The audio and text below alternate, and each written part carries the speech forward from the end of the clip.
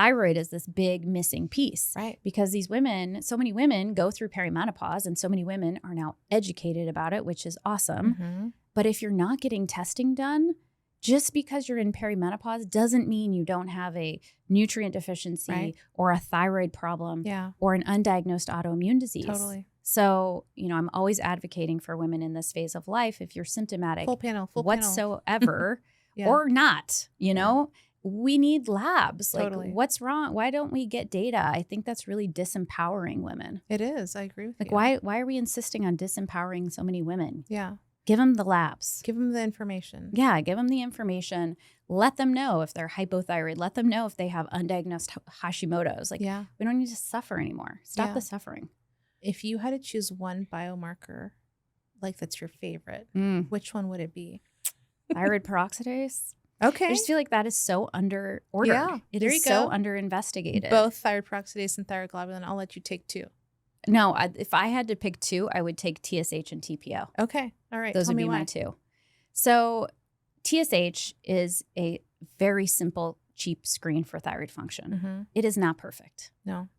But it's your brain screaming or whispering, right? But it's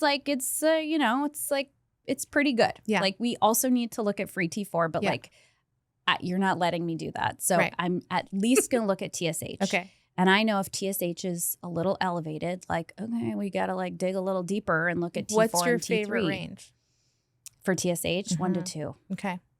I don't like to suppress it. Yeah. I don't like too much thyroid medication. Yeah. I've kind of swung the other direction a little bit on thyroid. I used to be a little bit more aggressive with it. Now I'm a little less aggressive with thyroid treatment. So if you're at a 1.9, you're like, that's okay. Yeah. Yeah. Yeah. Okay. I'll watch it. Yeah. It's kind of like estrogen. I check it a lot. I don't just rely on one marker per year or whatever. Yeah. But I think, TSH, if we can get it between 1 and 2, and then if I'm not allowed to look at free T4 and free T3, okay. I could but you're at least really wondering. have that information. I would really wonder what it is. Yeah. And then thyroid peroxidase, because so many women have Hashimoto's that is undiagnosed, especially as they go through endocrine transitions like postpartum and perimenopause. Yeah. We know women have more autoimmune disease during these time frames, yet we're not looking for it. Yeah. And that's the most common autoimmune condition. So okay, I'll start there. I think that's good. And I think it's really underdiagnosed. Yeah. There's I'm sure we have very similar patient panels. So it's you come in, check thyroid, they have an elevated TPO or elevated TG, and then you're like, oh, did you know that you have antibodies? You're like, no one's ever looked at them before. Yeah. Or you have a patient who has hypothyroidism who you're like, do you have Hashimoto's? And they're like, gosh, I have no idea. I had a patient the other day. She told me, she went to her doctor. She said, hey, I'm in perimenopause. I want to start hormone replacement therapy. Her doctor said, well, I don't prescribe that, but I can give you a birth control pill. And she was like, well, I think she started it. And then she was like, yeah, I don't want this. And then she went back and she said, I'm really suffering. My mood is terrible. I am on the verge of a divorce and I need something for my mood. And so they started her on Lexapro instead of hormone replacement therapy, which could have been the thing that by the way, it is the thing that helped her the most, because now she's on the other side of it. And she's not on antidepressant. She's on hormone replacement therapy. And she's just got through this really stressful time of her life. Do you feel like that is what was the hormone for her that helped the most? Was it starting the progesterone? No, I think it was estradiol for her. Yeah, I think it was estradiol. And then thyroid. So then she went back and she said, you know what? I'm so fatigued. Can you measure my thyroid?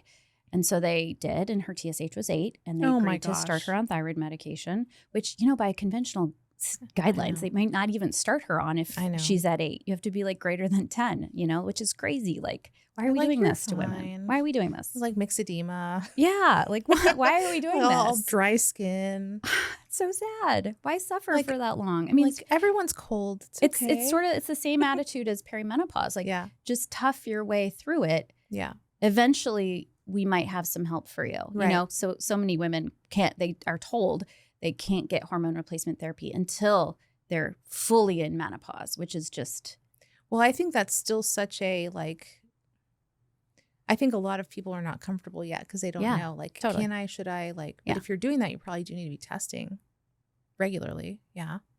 Testing estrogen or testing estradiol. I do, but and a lot of physicians don't. A lot of the Menopause Society teaches not to, which I don't know. I mean, I think it's Or like, here's your prescription. We'll see you in a year. Yeah.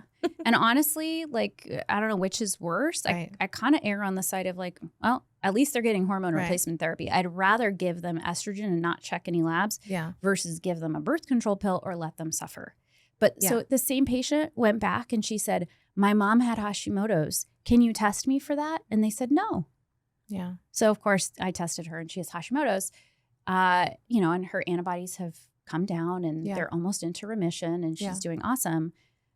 But, estrogen influences the immune system too, which is fascinating. So like hormone replacement therapy not only helped her mood and her neurological symptoms and her hot flashes and her sex life and her libido, it also is helping her gut microbiome and her immune system.